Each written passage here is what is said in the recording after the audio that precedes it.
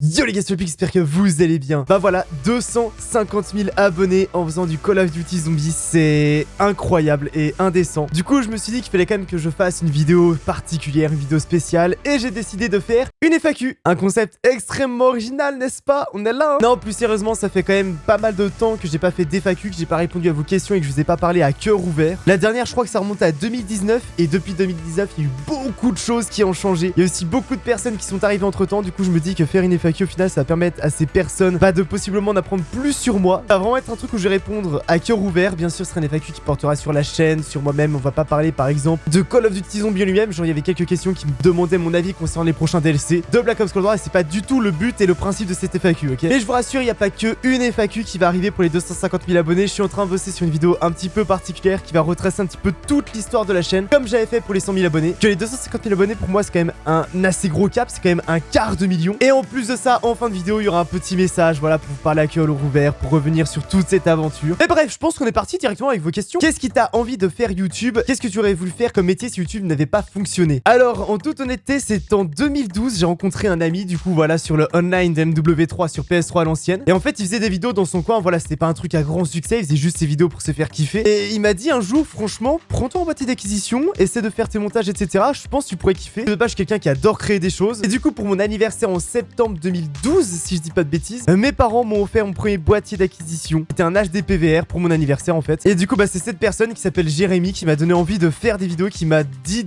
d'essayer au moins. C'est lui qui m'a appris à faire des montages. À l'époque, c'est sur Sony Vegas Pro 9, je crois. Enfin bref, voilà comment j'en suis venu à faire des vidéos. Et du coup, sans Jérémy, je n'aurais pas été là. Donc Jérémy, t'es littéralement la personne la plus importante de la chaîne en fait. Et ce que j'avais voulu faire comme métier avant de connaître tout le monde de l'audiovisuel, du montage, du YouTube, etc. Je voulais faire architecte, tout simplement. Voilà, parce que j'ai toujours été quelqu'un qui adorait créer des choses, dessiner et tout. Du coup, c'est un taf qui m'intéressait. Sauf que quand j'ai découvert les jeux vidéo et YouTube, ça a vite changé quoi. Je fais des vidéos à temps partiel où tu as un métier à côté. Depuis maintenant octobre-novembre 2018, je me suis mis à plein temps sur mon activité sur internet, donc Twitch, YouTube. Donc de base, j'avais fini ma première année de BTS, j'avais fait un stage justement dans une entreprise qui m'avait embauché, du coup j'ai arrêté mes études pour taffer dans cette entreprise. Franchement, le taf c'était trop bonne ambiance, c'est de super bons souvenirs, mais j'en arrivais à un point où en fait YouTube commençait à prendre de plus en plus d'ampleur. Du coup, j'alignais en fait deux métiers en même temps dans la même journée et je me retrouvais vraiment à la fin en septembre à faire des nuits de 2-3 heures. Et c'était littéralement plus possible quoi. Et ça faisait du coup 1 an et demi que je voyais que grâce à YouTube, Twitch, etc. je m'en sortais à peu près avec un SMIC, donc un salaire et ce que je gagnais du coup au final en tant qu'employé dans l'entreprise. Et du coup je me suis dit,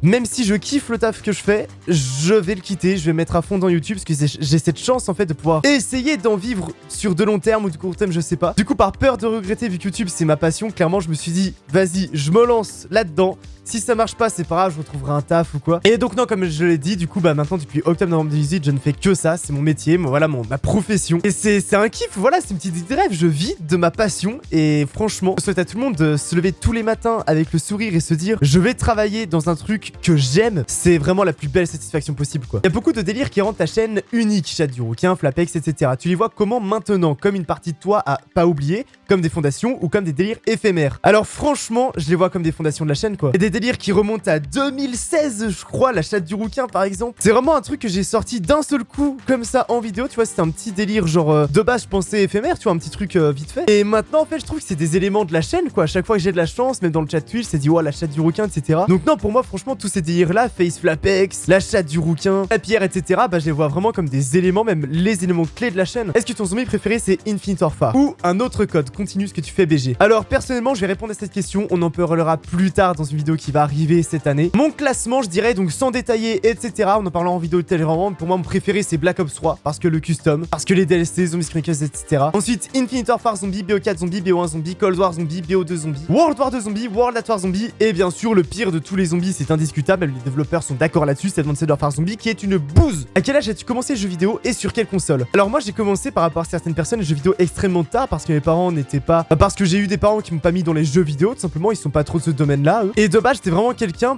qui jouait énormément au Playmobil et au Lego parce que j'adorais créer des choses en fait. Voilà, j'adorais construire, créer des villes entières en Lego. Genre, j'avais une salle de jeu chez mes parents, c'était une ville entière de Lego. J'adorais construire des trucs en fait et créer un univers. D'où le fait que j'adore créer des choses sur YouTube, voilà, j'ai toujours eu un esprit créatif. Bon, j'avais quand même, tu vois, à côté une Nintendo DS, où je jouais quand même pas mal à Pokémon. Dans le salon de chez mes parents, on avait une Wii, donc de temps en temps, je jouais à Mario, etc. Mais tu vois, c'était plus en second temps, tu vois, c'était principalement jouer au Playmobil, Lego, enfin surtout construire. Et c'est vraiment du coup quand j'étais en 4ème qu'un pote m'a fait découvrir Call of Duty 4 sur la Wii. Et c'est là où j'ai commencé à adorer Call of avec mes potes IRL, on jouait du coup à COD ensemble sur la Wii. Et c'est vraiment en novembre 2011 quand MW3 est sorti que j'ai eu ma PS3 avec MW3 et à partir de ce moment, c'était terminé ma vie sociale. Donc ouais, j'ai commencé les jeux vidéo principalement genre vraiment sur PS3 et à mes 14 ans à peu près. La licence qui t'a le plus marqué au niveau des jeux vidéo. Alors il y en a beaucoup qui pensent que Call of Duty Zombie est ma licence préférée, est-ce que je préfère en termes de jeux vidéo, alors que pas du tout. Code Zombie, oui, c'est ce que je préfère produire, créer. C'est là où je me sens le plus à l'aise et j'adore faire du contenu en fait avec ça, mais c'est pas du tout ma licence de jeu préférée. Comme par exemple la licence Destiny que j'adore, vous savez que je suis un extrême fan de Destiny. Et surtout la licence Pokémon, depuis que je suis petit, Pokémon est pour moi la licence qui m'a le plus marqué et ma licence préférée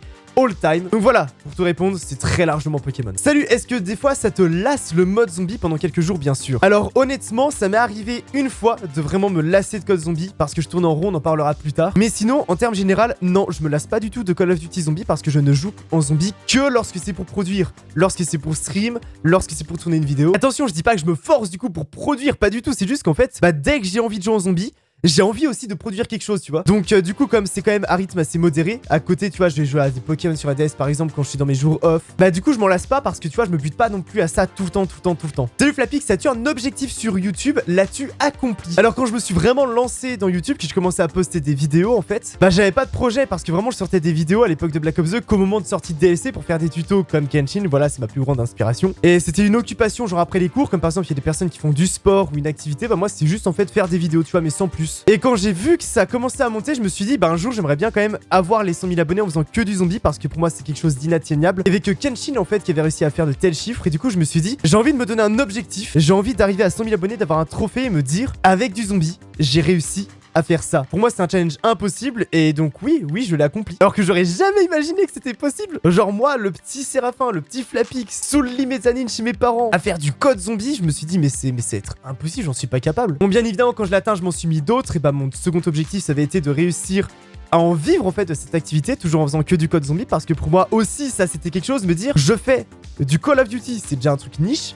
Et en plus de ça, du mode zombie, c'est encore plus niche. Je me suis dit, c'est pas possible en fait de pouvoir en vivre convenablement. Et j'y suis arrivé. On en est là aujourd'hui. Donc oui, voilà, c'est mes deux objectifs principaux de YouTube. Et oui, je les ai accomplis. Et j'en suis extrêmement heureux. C'est grâce à vous. Donc merci. Mais je vous remercie en fin de vidéo, pas d'inquiétude. Y aura-t-il de grands projets prochainement? Pas spécialement. Parce que honnêtement, au niveau de YouTube, j'aime bien rester dans la simplicité. Je dis pas dans la facilité. Je dis juste rester dans quelque chose d'assez simple, assez. Tu vois, juste faire mes petits bails comme ça, voilà, dans mon bureau. Tu vois, je vais pas être comme des grands YouTubeurs qui, eux, s'amusent à faire des grands projets. Et je les respecte énormément pour ça. Moi, je suis plus, tu vois, faire mes petites vidéos de chill, sans prise de tête. Donc non, j'ai pas de grands projets YouTube. Juste de faire mes petites séries habituelles. Voilà, mon petit chemin, quoi. Après, oui, il y aura des petits projets qui vont arriver. Comme par exemple, j'ai envie de diversifier et agrandir mon merchandising. Ou même lancer, tu vois, des petits projets éphémères. Genre, je sais pas, un petit défi communautaire, etc. Mais non, il y aura pas de grands projets. Bête question, mais peut-être pas la plus simple. Tout confondu, quel est ton plus grand projet, voire objectif que tu as? Alors, comme je te l'ai dit, au niveau de YouTube, j'ai pas de grands projets. Voilà, tu vois, je fais mon petit bonhomme de chemin, mon petit bail, voilà. Je reste dans mon coin, si tu veux. Mon plus grand projet, c'était de faire de cette aventure quelque chose de stable, les 100 000 abonnés, en vivre, ensuite en vivre convenablement. Donc tu vois, ça a été atteint et honnêtement, au niveau de YouTube, je n'ai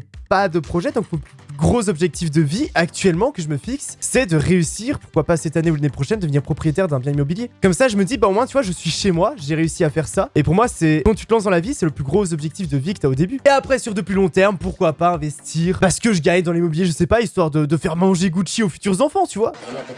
Ça t'est déjà arrivé de te lasser aux zombies depuis le temps que tu y joues? Voilà, on en vient pour ceux qui m'ont suivi déjà précédemment. Début 2019, j'ai saturé en fait du mode zombie. J'avais fait une pause de 5 mois où j'avais fait d'autres contenus YouTube qui étaient bien sûr quelque chose de temporaire, mais j'avais besoin, je me suis dit, depuis 2012-2013, je fais que du zombie, que ça, et j'en arrivais à un point où en fait, on n'avait pas de nouveau mode zombie. Et du coup, je tournais tellement en rond que j'ai dit, je n'y arrive plus. Du coup, je me suis dit, je vais me faire une pause, je vais faire d'autres contenus un peu plus divertissant. Donc voilà, c'est arrivé une fois en 8 ans de me lasser à ce point-là. Maintenant, j'ai trouvé un rythme qui me permet de moins me lasser, si tu veux. Et donc, je sais que ça n'arrivera plus, mais vraiment, cette petite pause de 5 mois, ça m'avait fait un bien fou. Et c'est depuis ce moment-là que j'ai marqué que ma chaîne a pris un tout autre tournant au niveau du zombie et où je ressens qu'il y a une réelle évolution et quelque chose de super positif en fait. Donc voilà, faut savoir des fois prendre du recul pour revenir encore plus fort. Si tu voyages dans le temps, tu préfères redécouvrir l'époque zombie de 2015-2016 ou redécouvrir l'époque 2012-2013, c'est-à-dire Black Ops 2 ou même limite BO1. C'est totalement différent. J'aimerais revivre les deux époques parce que l'époque, on va dire 2012-2013, c'est là où je commençais à vraiment jouer en zombie. Tu vois, c'était les secrets sur Buried à 3h du matin avec mes potes IRL à chuchoter pour pas que nos parents nous entendent. C'est trop bon souvenir, mais aussi l'époque 2015-2016, c'est là où j'ai commencé à exploser avec Black Ops 3 et c'est là où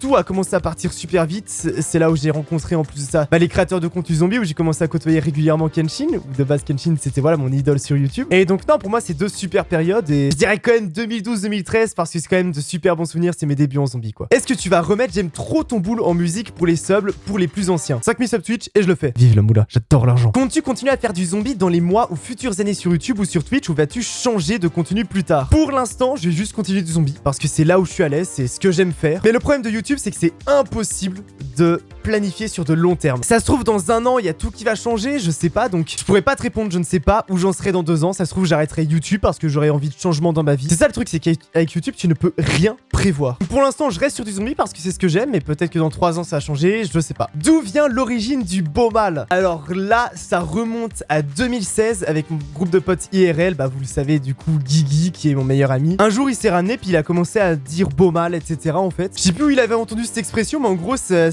resté en fait dans notre groupe de potes. Genre, on arrivait, dès qu'on faisait un truc stylé ou quoi, on disait beau mal, tu vois, des trucs comme ça. En fait, c'est resté, et même dans le lycée où on était, ça a commencé à se démocratiser et tout, et du coup, je me suis dit, mais c'est trop stylé. Donc, ce que j'ai fait, c'est que j'ai regardé Guigui, j'ai fait, je te vole l'expression. Et j'appelle ma communauté comme ça. Voilà d'où ça vient. C'est juste mon meilleur pote, en fait, qui a eu ce délire là un jour et qui est resté en fait dans notre groupe de potes IRL, et ça m'a suivi sur YouTube. Penses-tu avoir le setup de tes rêves où il te manque encore pas mal de choses? Honnêtement, en termes de matériel, j'ai plus besoin de rien. À la limite, peut-être changer d'objectif d'appareil photo, c'est des petits trucs comme ça, tu vois. Mais sinon, en termes de setup, j'ai absolument tout. Je suis trop bien, j'ai besoin de rien du tout. Le seul truc qui pourrait changer, bah, c'est le décor. Si jamais un jour je viens à déménager. Bon, le jour où je déménage, c'est lorsque je me poserai, tu vois, dans mon chez moi. Et du coup, ce sera le décor définitif parce que bah, j'en bougerai pas, quoi. Si c'est ma maison, si je suis proprio. Et peut-être que voilà, je dis ça, je dis rien, mais dans un an, il y aura le décor définitif. T'as compris ce que je voulais dire, quoi? Oui, dans un an, oui, il y aura un décor définitif. Ça veut dire que oui. T'as compris, quoi? Est-ce que la daronne est ton Tesla? Non, plus sérieusement, t'as déjà pensé à arrêter YouTube à cause de certaines choses? Non, elle l'est pas, mais elle pourrait l'être. Non, plus sérieusement. Oui, j'ai déjà failli stop plusieurs fois mon activité sur internet juste pour le fait qu'en fait je me mets beaucoup trop de pression avec ce que je fais. Genre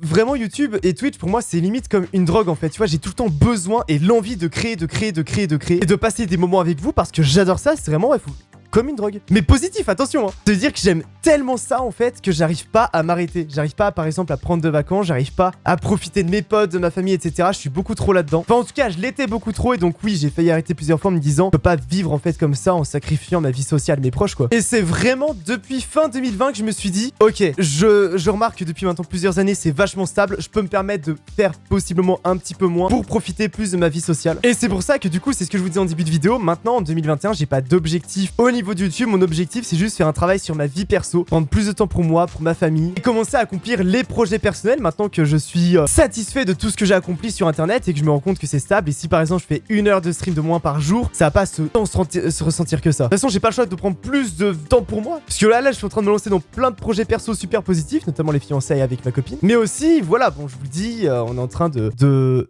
mettre en place le projet, là ça y est, c'est lancé, d'une construction. Voilà. Donc dans tous les cas, tu vois, je suis obligé de prendre plus de temps pour moi et donc voilà. Et voilà, 2021, mon objectif, c'est me concentrer plus sur ma vie personnelle et apprendre à savoir relâcher de temps en temps. Mais donc oui, j'ai failli arrêter YouTube plusieurs fois à cause de ça. Quelles sont les vidéos dont t'es le plus fier sur ta chaîne? Alors, il y en a beaucoup, vraiment beaucoup. Et celles qui, on va dire, m'ont le plus marqué. Déjà, c'est ma vidéo 100 000 abonnés parce que c'est une vidéo qui retraçait tout mon parcours. Donc quand je l'avais fait, bah déjà pour moi, c'était un rêve. Tu vois, déjà juste faire la vidéo 100 000 abonnés, j'étais là en mode waouh. Quand je l'ai fait, ça retraçait tout mon parcours depuis le début. C'est pour moi, ouais, je dirais, c'est des 100 000 abonnés, c'est la plus belle vidéo de ma chaîne. Et sinon, bah celle du niveau 1000 de BO3, celle-là, j'en suis attaché, ça a été quelque chose pour moi. Et sinon, je suis aussi très attaché à des séries de vidéos comme par exemple les retours zombies, notamment la saison 2, où là, ça a vraiment été une série que j'ai beaucoup bossé. Ou l'actuel, les retours secrets. Bon bah voilà, c'était les principales questions les plus importantes que j'ai notées. J'espère que ça vous aura permis de plus me connaître. En tout cas, ça fait du bien fou de parler à cœur ouvert, de vous parler à cœur ouvert. Et ça permet comme ça de ceux qui sont arrivés depuis 2019 de me connaître un peu plus. Et honnêtement, ça fait du bien de faire une vidéo comme ça. C'est faudrait que j'en fasse plus souvent. Bien sûr, petit message avant de partir, le message à cœur ouvert pour vous remercier parce que c'est la vidéo spéciale 250 000 abonnés. Et j'allais pas partir en mode une FAQ et tac. Non, fallait quand même que je vous parle un peu plus pour vous remercier, pour vous dire à quel point YouTube a changé ma vie, à quel point c'est quelque chose d'extraordinaire pour moi. Donc voilà, pour tout vous dire, j'ai commencé à poster des vidéos de manière sérieuse sur YouTube en février 2013, mais tu vois, c'était que aux sorties de DLC de Black Ops 2, de Ghost avec l'extinction. C'est vraiment à la sortie de Black Ops 3 en 2015 que là, j'ai commencé à poster des vidéos beaucoup plus